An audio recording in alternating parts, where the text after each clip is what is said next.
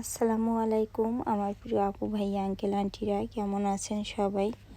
আশা করি যে যেখানে আছেন সবাই ভালো আছেন, সুস্থ আছেন। আলহামদুলিল্লাহ আমরাও সবাই ভালো আছি। তো আমার গ্রামীণ জীবনযাপনের নতুন আরও একটি ভিডিওতে আপনাদের সবাইকে অনেক অনেক স্বাগতম জানাই। প্রতিদিনের মতন সকাল থেকে আজকেও ভিডিওটি শুরু করেছি। গতকালকে রাফির আব্বু মাঠে ধান কাটতে গেছিল, তো সেখান থেকে কিছু ঘাস নিয়ে আসিল। সেই ঘাসগুলো আমি রেখে দিলাম, আর গতকালকে ছাগলের খাওয়াইছি বিকালবেলা। তো সেই ঘাসটুকু আমি এখন একটা বটি দিয়ে কেটে দেব। আনাস এখনও ঘুম থেকে উঠিনি, আমি আর রাফি ঘুম থেকে উঠেছি, আর রাফির আব্বু আর আনাস দুইজনে মিলে ঘুমাচ্ছে। তো যাই হোক, এখানে যে দেখেন আমার রাফি এক প্যাকেট বিস্কিট খাবে বসে বসে। ও বিস্কিট খাবে ওখানে বসে বসে, আর এদিকে আমি এই যে বাইরে ছাগলের জন্য ঘাসগুলো কেটে নেব। আর এই যে দেখেন বলতে বলতেই কিন্তু এরই মাঝে কিন্তু আনাস ঘুম থেকে উঠে পড়িল। তো ওকে আমি কাপড় পরিয়ে রেখে আসছি, তো সে আবার চলেও আসছে। দেখেন একটা বিস্কুট পেয়ে কতটা খুশি হয়েছে সে। মানে রাফি কিন্তু লুকিয়ে লুকিয়ে খাচ্ছিল এখানে আনাসের বিস্কিট, কালকেই খেয়ে ফেলাইছে আনাস, আর রাফিরটা ছিল। তো রাফির বললাম লুকিয়ে লুকিয়ে খাও, নাহলে আনাস এসে আবার চাবে না তোমার কাছে। তো লুকিয়ে খেতে বসছে, আর অমনি আনাস চলে গেছে, ঠিক পেয়ে গেছে। তো খুব হাসি আসছিল তখন আবার। তো যাই হোক, ওরা দুই ভাই খাচ্ছে, আর এখানে আমি বসে বসে এই যে ঘাস কাটছি।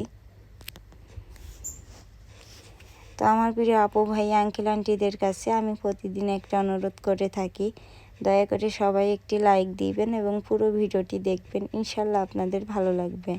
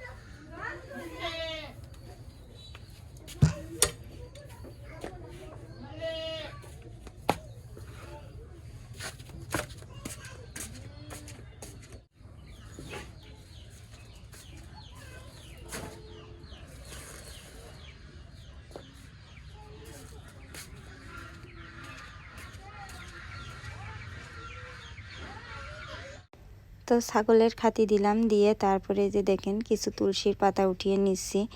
আনাস আর রাফি আমরা সবাই মিলে আর কি লাল চা বানাবো মশলা দিয়ে। তো যাই হোক, এখন শীতের সময় একটু চা খেলে অনেক উপকার হবে না, যার কারণে ভাবছি যে প্রতিদিন সকালবেলায় বানাবো, যদিও বা মাঝে মধ্যে বানাই, তো প্রতিনিয়ত আসলে বানানো হয় না। তো এখানে দেখেন এই যে দুইজন বেগুন গাছের ভিতরে উঠে ছোট ছোট বেগুনগুলো সব তুলে তুলে ফেলে দিচ্ছে। তো দেখেন আমার পাতাগুলো উঠানো হয়ে গেছে। তো এখন আমি যেয়ে অফ ক্যামেরায় চাটা বানাবো। আসলে তেমন একটা কোনো কিছু ভিডিও আজকে করতেই মন চাচ্ছিল না, শরীরটা খুবই ব্যথা, যার কারণে ভিডিও করব ভাবছি, কিন্তু কোনো ভিডিওগুলো যে করব ঠিক মতো করতে পারছিলাম না। তো যাই হোক, অবশেষে কিছু কিছু ভিডিও করে রাখিছি। তো এখানে যে দেখেন বাড়ির ভিতরে কিছু কাপড় নাড়লাম, ভিজা কাপড়, আর কিছু কাপড় ছিল সেগুলো বাহিরে নেড়ে দিচ্ছি। শীতের সময় এখানে একটুকুনি পরেই রোদ চলে যাবে না, যার কারণে এক কাপড় 2 দিন লাগে শুকাতে। এই কাপড়গুলো কিন্তু গতকালকের কাপড়, তো এখনও শুকায়নি, আজকে দুপুরের ভিতরে শুকিয়ে যাবে। আবার আজকে যে কাপড়গুলো ভিজবে সেই কাপড়গুলো আবার কালকে শুকাবে। তো এই যে এখানে একটা রশি টাঙাইছি, কারণ বাওয়ালের যে বাতাস আসে, তো সেই বাতাস আর রোদ মিলিয়ে এখানকার কাপড়গুলো একটু তাড়াতাড়ি শুকাই।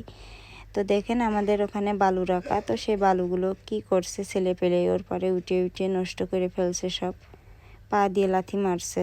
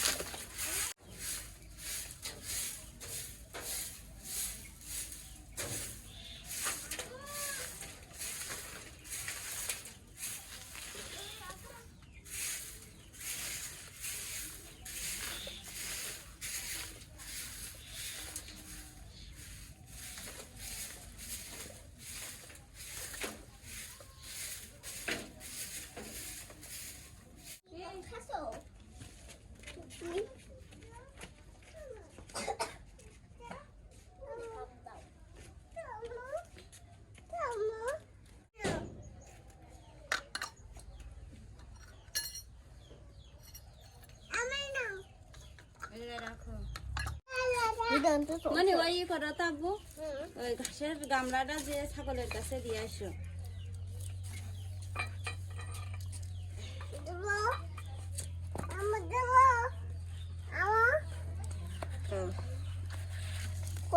ঘাসের গামলা গোয়ালের ভিতরে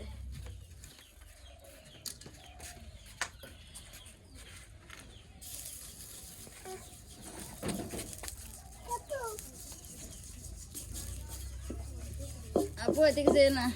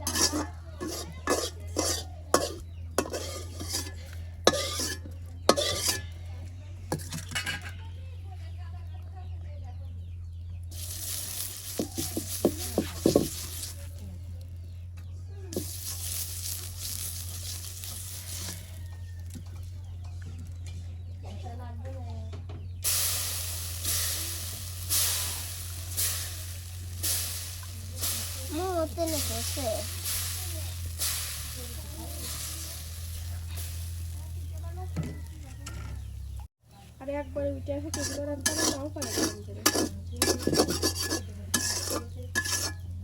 কড়াই সুন্দর হলে আর উঠে যায় আমার এই কড়াইটা আজকে নতুন বানালাম বানাই ছোট কড়াইতে ছোট কড়াইতে বানানোর সময় নেই